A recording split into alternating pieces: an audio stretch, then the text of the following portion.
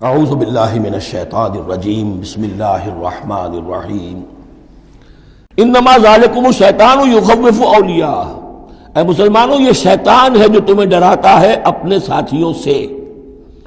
وہ چاہتا ہے کہ اس کے جو ساتھی کفار ہیں، حزب الشیطان ہے، وہ اس کا خوف تمہارے اوپر قائم کر دیں۔ اور ایک معنی اس کے یہ بھی لیے گئے ہیں کہ شیطان کی اس تخویف کا اثر انہی پر ہوتا ہے جو اس کے ولی ہوتے ہیں۔ جو اولیاء اللہ ہیں ان پر شیطان کی طرف سے اس قسم کی وسوسہ اندازی کا اثر نہیں ہوتا۔ ذالکم الشیطان یخوف اولیاءہ، وہ ڈراتا ہے تمہیں اپنے دوستوں سے، یا ڈراتا ہے اپنے دوستوں کو جو شیطان کے ساتھ رشتہ رکھتے ہیں، جو اس کی باتیں سنتے ہیں، انہی پر اثر ہوتا ہے شیطان کی طرف سے اس قسم کی وسوسہ اندازیوں کا۔ فلا تخافوہم، تو تم ان سے مت ڈرو، وخافونی، مجھ سے ڈرو، ان کنتم مومنین، اگر تم مومن صادق ہو۔ ولا يحزنک الذین یسارعون فی الکفر، اور اے نبی یہ لوگ جو کفر کے معاملے میں اس قدر سرگرمی دکھا رہے ہیں، بھاگ دوڑ کر رہے ہیں، وفد جا رہے ہیں ادھر سے ادھر، یہودیوں کے وفد جا رہے ہیں مکے کہ آؤ چڑھائی کرو، ہم اندر سے تمہاری مدد کریں گے۔ اب یہ جو یوں سمجھیے جسے آج کل آپ کہتے ہیں کہ بڑی ڈپلومیٹک ایکٹیویٹی ہو رہی ہے اس وقت، ادھر ادھر جو پھر رہے ہیں، تو اے نبی اس سے آپ کوئی رنجیدہ نہ ہو، کچھ نہیں ہوگا۔ یہ سارا جو ہے وہ سیلاب کے اوپر کا جیسے جھاگ ہوتا ہے، اس کے سوا کچھ نہیں۔ ولا يحزنک الذین یسارعون فی الکفر، جو لوگ یہ چلت پھرت دکھا رہے ہیں کفر کے لیے، اے نبی اس سے آپ رنجیدہ نہ ہو۔ انہم لن یضروا اللہ شیئا، وہ ہرگز اللہ کو کوئی نقصان نہیں پہنچا سکیں گے۔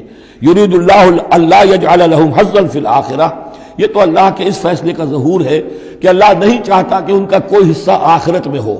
وَلَهُمْ عَذَابٌ عَظِيمٌ، اور ان کے لیے تو بڑا عذاب ہے۔ إِنَّ الَّذِينَ اشْتَرَوُا الْكُفْرَ بِالْإِيمَانِ لَن يَضُرُّوا اللَّهَ شَيْئًا، یقیناً جنہوں نے ایمان ہاتھ سے دے کر کفر خرید لیا، وہ اللہ کو کوئی نقصان نہیں پہنچا سکتے۔ وَلَهُمْ عَذَابٌ أَلِيمٌ، ان کے لیے دردناک عذاب ہے۔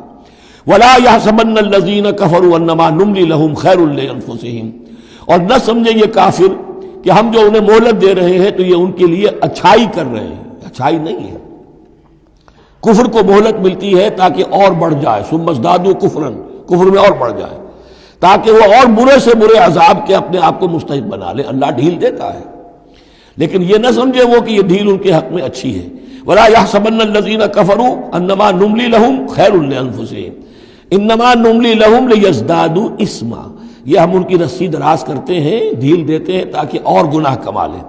وَلَهُمْ عَذَابٌ مُهِينٌ، اور پھر ان کے لیے اہانت آمیز عذاب ہو۔ مَا كَانَ اللَّهُ لِيَذَرَ الْمُؤْمِنِينَ، یہ آیت پھر بہت اہم آ گئی ہے کہ اللہ تعالیٰ کی طرف سے یہ آزمائشیں کیوں آتی ہیں، اپنے نیک بندوں کو، اپنے صالح بندوں کو ان تکلیفات میں کیوں ڈالتا ہے، حالانکہ وہ تو قادر مطلق ہے، آنے واحد میں جو چاہے کر دے۔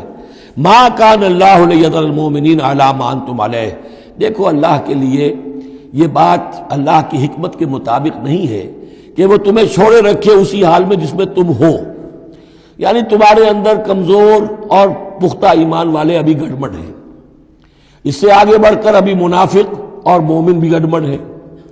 یہ گڑبڑ جو جبیت تمہاری ہے، یہ آگے چل کر اگر اس کو پاک نہ کر دیا جائے، اس کے اندر سے یہ تمام ناپاک عناصر نکال نہ دیے جائیں، تو آگے کے جو اور مشکل کٹھن مقامات آ رہے ہیں، آگے تمہیں سلطنت روما سے ٹکرانا ہے، تمہیں سلطنت کسریٰ سے ٹکرانا ہے۔ ابھی تو یہ چھوٹی موٹی چیزیں جو ہو رہی ہیں اندرون ملک عرب، تو تمہارے لیے یہ ضروری ہے کہ پرج ہوتی رہے، اور وہ پرج ہوتی ہے انہی آزمائشوں کے ذریعے سے۔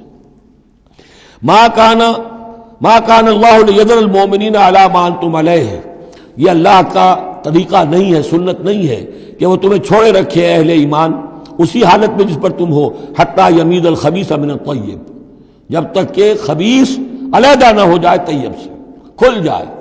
یہ خبثاء ہے، یہ منافقین ہیں، یہ وہ لوگ ہیں، یہ ففتھ کالمسٹ ہیں، بات واضح ہو جائے، اور صرف صادق الایمان لوگ وہ بالکل نکل کر علیحدہ ہو جائے۔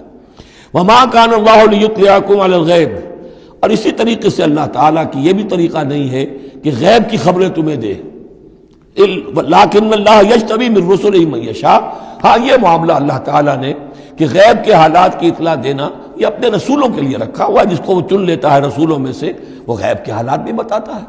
وہ غیب ان کو از خود معلوم نہیں ہوتا، اللہ کے بتانے سے معلوم ہوتا ہے۔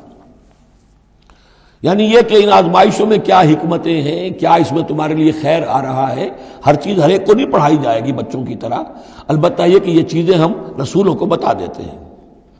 فآمنوا باللہ ورسولہ، تمہارے لیے طریقہ صحیح کیا ہے؟ ایمان پختہ رکھو اللہ پر اور اس کے رسولوں پر۔ وَإِن تُؤْمِنُوا وَتَتَّقُوا فَلَكُمْ أَجْرٌ عَظِيمٌ، اور اگر تم یہ دو شرطیں پوری کر دو گے، ایمان میں ثابت قدم رہو گے، تقوی پر کاربند رہو گے، تو تمہارے لیے بہت بڑا اجر ہے۔ صدق اللہ العظیم۔